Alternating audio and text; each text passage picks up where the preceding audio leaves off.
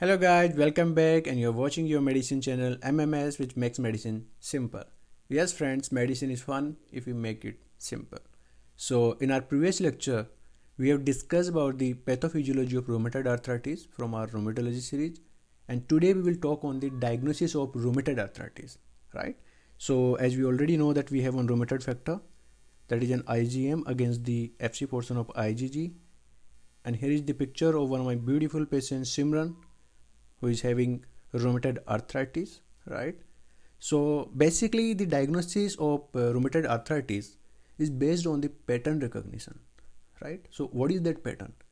As we already know that rheumatoid arthritis is an autoimmune, chronic, symmetric, right? That involving the small joints, systemic inflammatory type of arthritis, and which is common in females. So this is one specific pattern of rheumatoid arthritis, right? So if this pattern, like these signs and symptoms, history and physical examination of one rheumatoid patient matches with the laboratory examination, the radiographic evidences, joint fluid analysis, and biopsy of the patient, then that patient can be diagnostic for rheumatoid arthritis. So as we know that diagnosis of rheumatoid arthritis is purely based on pattern recognition. So what is that specific pattern of rheumatoid arthritis? So as we already discussed in our previous lectures that rheumatoid arthritis is an autoimmune, chronic, symmetric, systemic inflammatory arthritis, and which is common in females. So when we talk about the chronic inflammatory, means your patient must have signs and symptoms of the disease for more than 6 weeks to be diagnostic with rheumatoid arthritis. So the signs and symptoms or history or physical examination of the patient, if matches with the laboratory findings, radiographic evidences, joint fluid analysis, and biopsy, then your patient can be diagnostic with rheumatoid arthritis.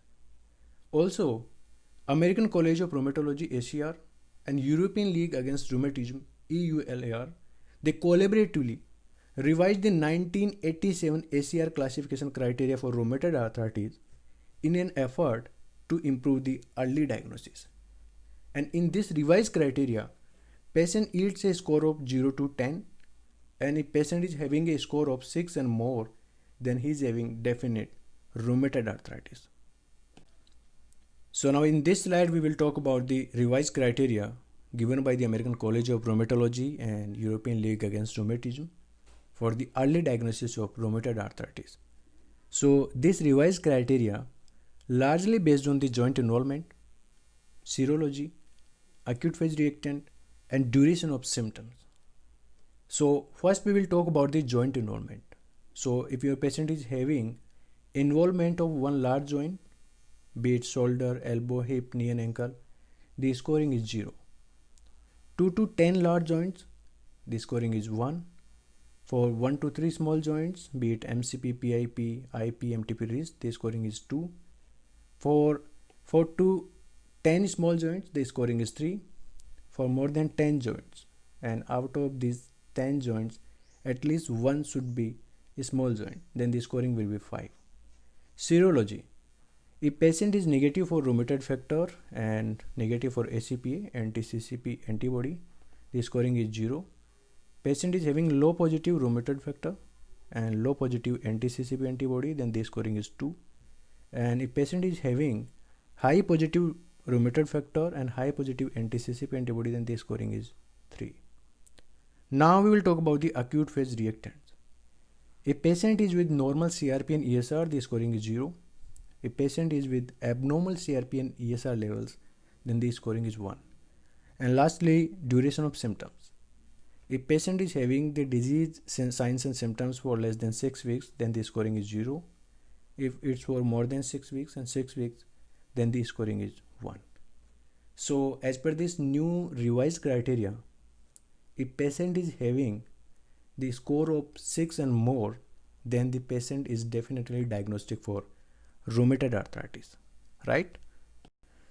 So to diagnose rheumatoid arthritis in one seropositive patient, all criteria need to fulfill. So what are these criteria? The patient must have one inflammatory arthritis involving 1 to 10 joints, and the duration of disease must be more than 6 weeks. Patient must be positive for rheumatoid factor and AntiCCP, right?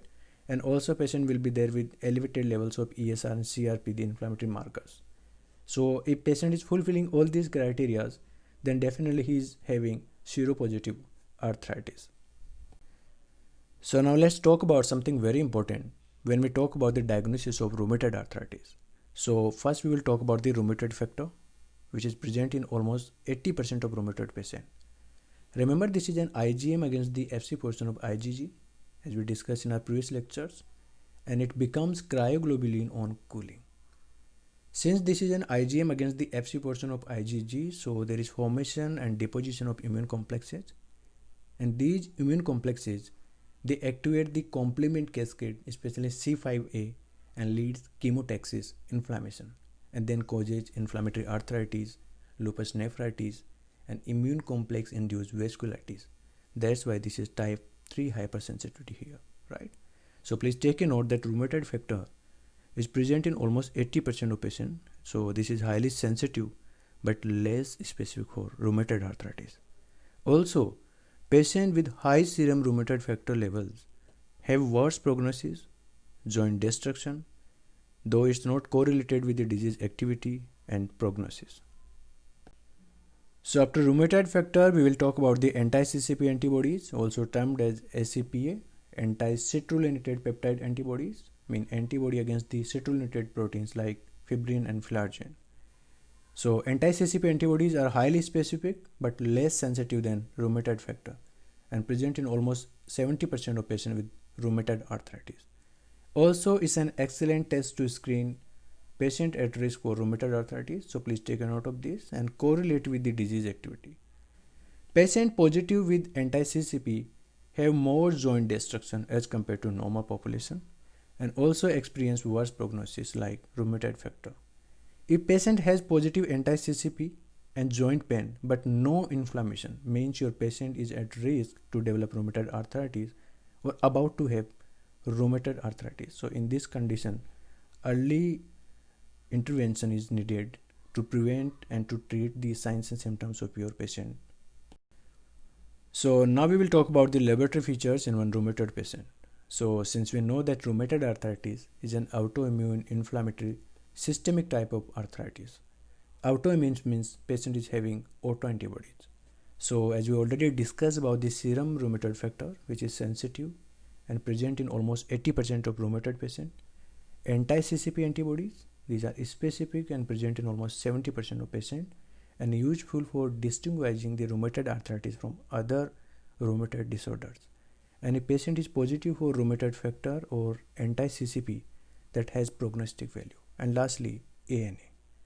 Now inflammatory markers. So patient will have elevated levels of ESR and CRP and elevated level of serum ferritin and hepcidin.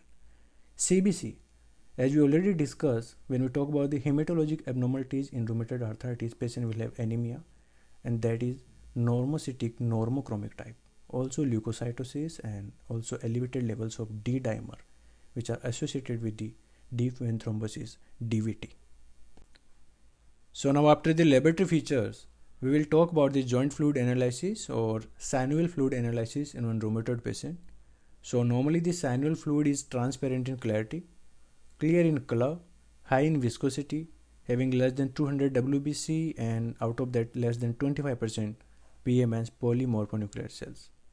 Since we know that rheumatoid arthritis is an inflammatory type of arthritis, right? So in that case, the synovial fluid will be translucent in the clarity, right? Yellow in color, low in viscosity, and having 2000 to 10,000 WBCs, right? And out of that, more than 50% are polymorphonuclear cells. When we talk about the non-inflammatory arthritis, such as osteoarthritis, that will be transparent in clarity, yellow in color, high in viscosity, having 200 to 2000 WBC, and out of that less than 25% are polymorphonuclear cells. So just remember this, especially for rheumatoid arthritis, and also this one is important because both osteoarthritis and rheumatoid arthritis are very important. So after joint fluid analysis, now we will talk about the imaging studies in rheumatoid arthritis patient. So please take a note that plain X-ray is the most commonly used imaging modality in rheumatoid arthritis.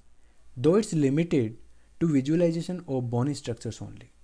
With MRI and ultrasound techniques, we can see the soft tissue changes such as synovitis, tenosynovitis, and effusions, as well as greater sensitivity for identifying the bony abnormalities. So, what we can appreciate in the X-ray of one rheumatoid arthritis joint, so we can appreciate cartilage loss, joint space narrowing, bone destruction, osteopenia, and soft tissue swelling. Also, imaging of atlantoaxial C1 C2 joint to confirm the subluxation and instability is necessary in rheumatoid arthritis patient. So lastly, we will talk about the biopsy studies in rheumatoid arthritis patients. So let's begin with the microscopic examinations. So the early changes in synovium are hyperplasia, hyperemia, infiltration by the plasma cells and lymphocytes, prominent lymphoid follicles, neovascularization, remember the angiogenesis, and synovial deposition around the synovial lining. Also pannus formation, the granulation tissue that causes the destruction of articular cartilage, hyaline cartilages. The gross examinations are edematous, thickened, and hyperplastic synovium with bulbous projections. So this is all about the diagnosis of rheumatoid arthritis. So thank you so much guys for watching, and please do subscribe the channel to get all latest videos like this, and please help this imaginary patient with rheumatoid arthritis, Simran, to reach and teach more and more people like her about this nasty disease, rheumatoid arthritis. Stay safe, stay happy, study a lot. Thank you so much guys.